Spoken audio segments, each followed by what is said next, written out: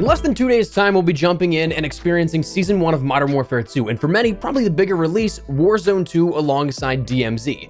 What very well could be a sort of launch 2.0 will bring along the final main pillars of the Modern Warfare 2 experience for what we'll have on offer this upcoming year. The only things that remain will be raids in mid-season and ranked play sometime in early 2023. But what's on deck is a massive offering, so today we're running down the 21 things you need to know about Warzone 2 before launch so that you're entirely in the loop with everything. As we go along, drop your thoughts below of Warzone 2. What are you looking forward to the most? A new map to explore and conquer, a new way to grab loadouts, the movement changes, the vehicle play, whatever the case, drop your thoughts below.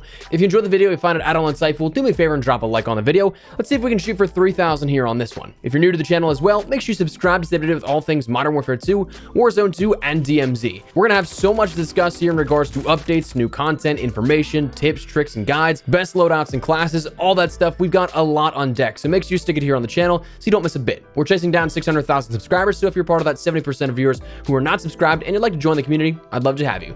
For now though, let's jump into the 21 things you need to know before launch of Warzone 2. Let's start simple. The launch of Warzone 2. That's going to start at 10 a.m. Pacific time, November 16th, so this upcoming Wednesday. That's going to translate to 1 p.m. Eastern, 6 p.m. in the UK, 7 p.m. in Stockholm and Berlin, 2 a.m. on the 17th in Seoul, South Korea and Tokyo, 3 a.m. in Sydney, Australia, and other places like that corresponding to whatever time zone in the world you're in. Now, that's also something that Season 1 for Modern Warfare 2 will be going live at the same time here with that, but again, that's a different topic of discussion, but all your Modern Warfare content will be available at that point as well. Now, as for preloads, well, this is something you can actually jump in and take advantage of right now. This should be visible through your platform store or available via BNet and Steam if you're on PC. As for sizing, now this is where it gets a little bit interesting, and we'll touch on this just a little bit further in a second, but the Warzone 2 content pack for Modern Warfare 2 is 3 gigabytes in size, though it's previously reported, and you may see this yourself, that the game is roughly 115 gigabytes in size. That's according to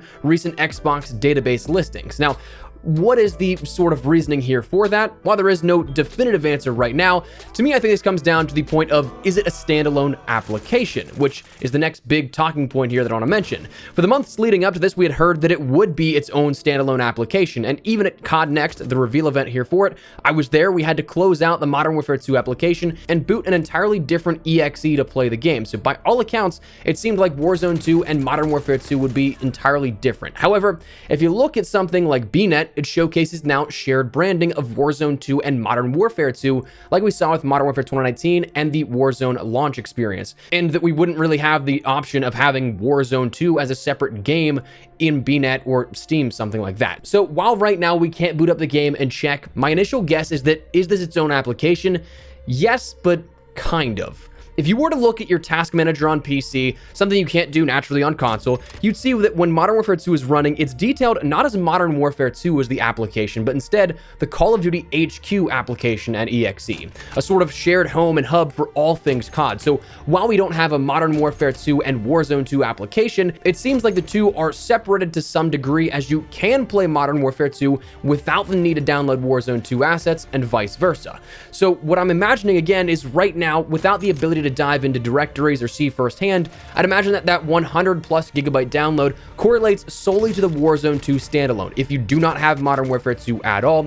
But with Modern Warfare 2 sharing so much of the world of Mazrah and all, it's only a 3 gigabyte additional partition for the game with existing assets already downloaded via Modern Warfare 2, if that makes sense.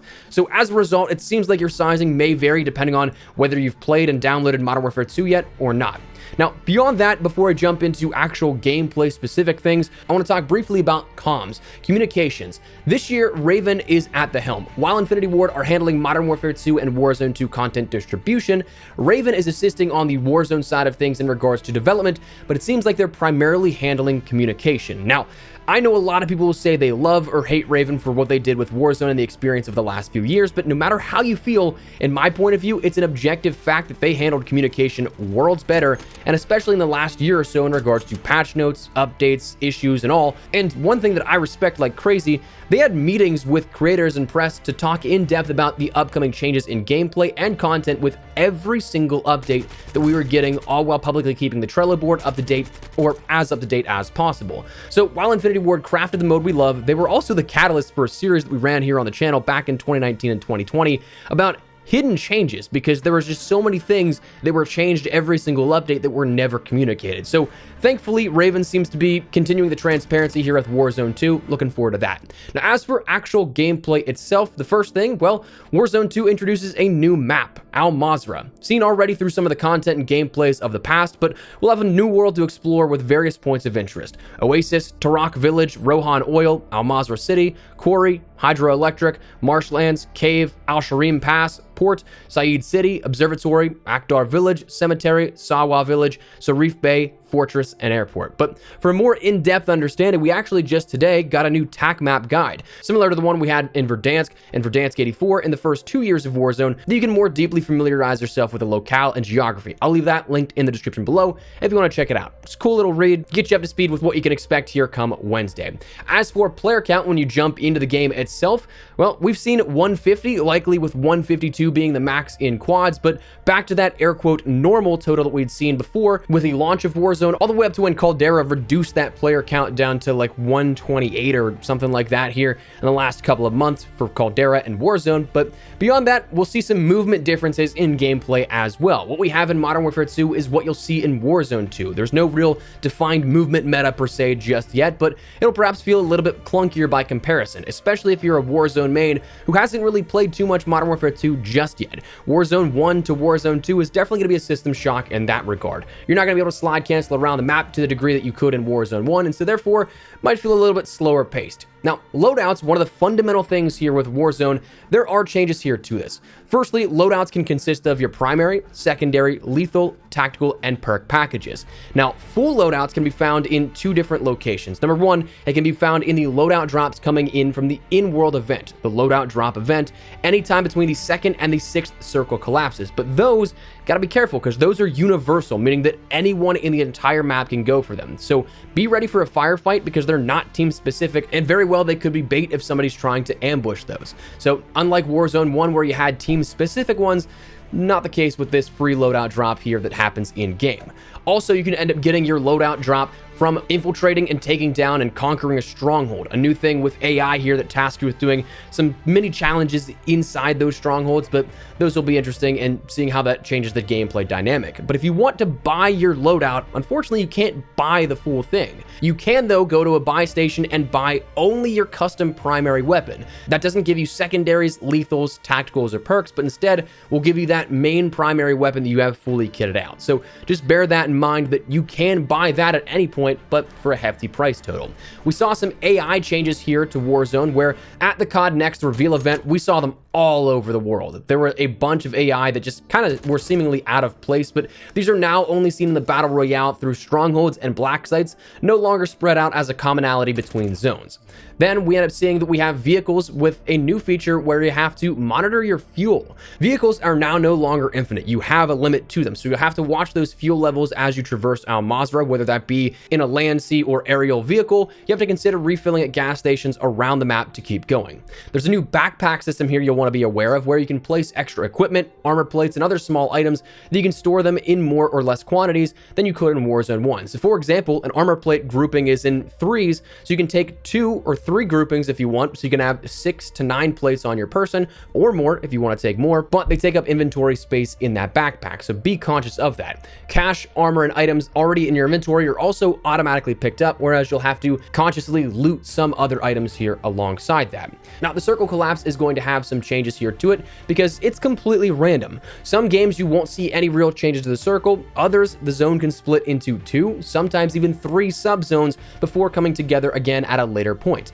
This can happen at any point during the match between that first and final zone collapse. Now, the buy station is changed here with this. As detailed, it's called the Buy Station 2.0, but you can buy a couple of things. Custom weapons from your loadouts, again, those primary weapons only, gear like gas masks, kill streaks, armor, and such, with limited quantities of items that can be bought in each shop before they run out in that particular buy station. So there are limited quantities depending on what you buy and where you buy them. And also, shops or those buy stations will not have the same purchasable items at every single location. They're not universal this time around. And of course, you can buy your teammates back as always. That'll be something that is a staple at every single buy station. Now, in DMZ, you can also go a step further. You can sell the in-world items that you find for cash, but there's really not much more to it other than what we just mentioned. In Warzone, we'll see Gulag changes here. Again, these are 2v2 now as opposed to 1v1, where you are paired with a random teammate who otherwise would be your enemy in the Battle Royale matchup.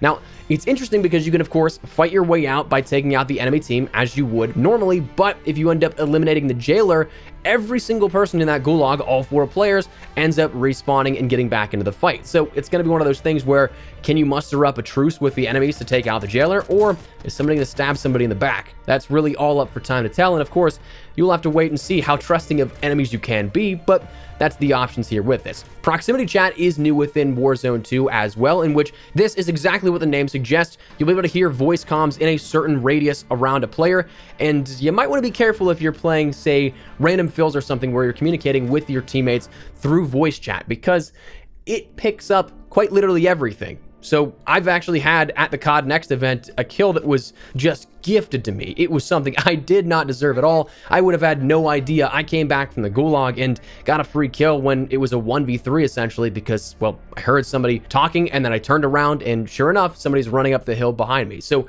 it's something you definitely want to consider, and maybe if you can, go into a voice chat channel that you can set up in Modern Warfare 2, or if you are on, say, PC, Discord, Skype, if you want to use that, TeamSpeak, any other voice communication platform. But bear that in mind. There's a new interrogation feature also, which is pretty cool, where you can kind of take extra time on a sort of finishing move where it will then ping enemy players on the UAV. It will give the snapshot grenade highlighted outline of other players around on that team only, not like of everybody, and then any equipment that is up and currently existing as well. So it gives you more information on what that team that you are taking out has afforded to them and what you might be up against in taking out the other 2 to 3 players you may encounter. So pretty cool feature. We'll have to see how much that's actually utilized, but beyond that, that's the Warzone 2 stuff. Quickly want to touch on, though, DMZ. DMZ, of course, is that new open world narrative focused extraction mode that is a sub game of Warzone 2, and this is something where you have to drop in, loot up, survive, and extract, picking up as much cash as you can and extracting with whatever you can as well, but with the prospect of potentially losing your gear if you die along the way. We have 3 main factions here: Legion, which is your basic faction that everybody will be joining here at the very beginning. There are no prerequisites for it or anything like that. The White Lotus, which takes a little bit of time to end up getting into, and then the Black Mao as well, the third faction that really comes with the sort of mastery degree, it seems like, here with this, where this is the air quote hardest to get into, but it is something you'll be able to join and tackle challenges associated with all 3 of those. We'll have new contracts and world activities, where contracts will task you with things like securing intel, eliminating enemies, rescuing hostages, delivering cargo, hunting enemy operators, and destroying supplies with bombs. There are other world activities you can interact with, like safes, SAM sites, UAV towers, hidden caches, strongholds, sandstorms, and radiation, and a bunch of other stuff as well. Now, as for DMZ, the one big thing that you have to take into consideration is the weaponry, because as we've talked about, one of the premises here is that if you die, you drop whatever you have, and for the most part, you lose it for good. Now, there are contraband weapons and weapon blueprints. Your weapon blueprints, they make it seem like it's the insured weapon here with this, where if you end up dying, you can use these weapons again, but it is something that they'll be on a sort of cooldown period, usually a few hours that you can't use that and drop back in with that weapon. But contraband weapons are weapons found across DMZ that are the primary means of defense and also main items permanently lost in the DMZ.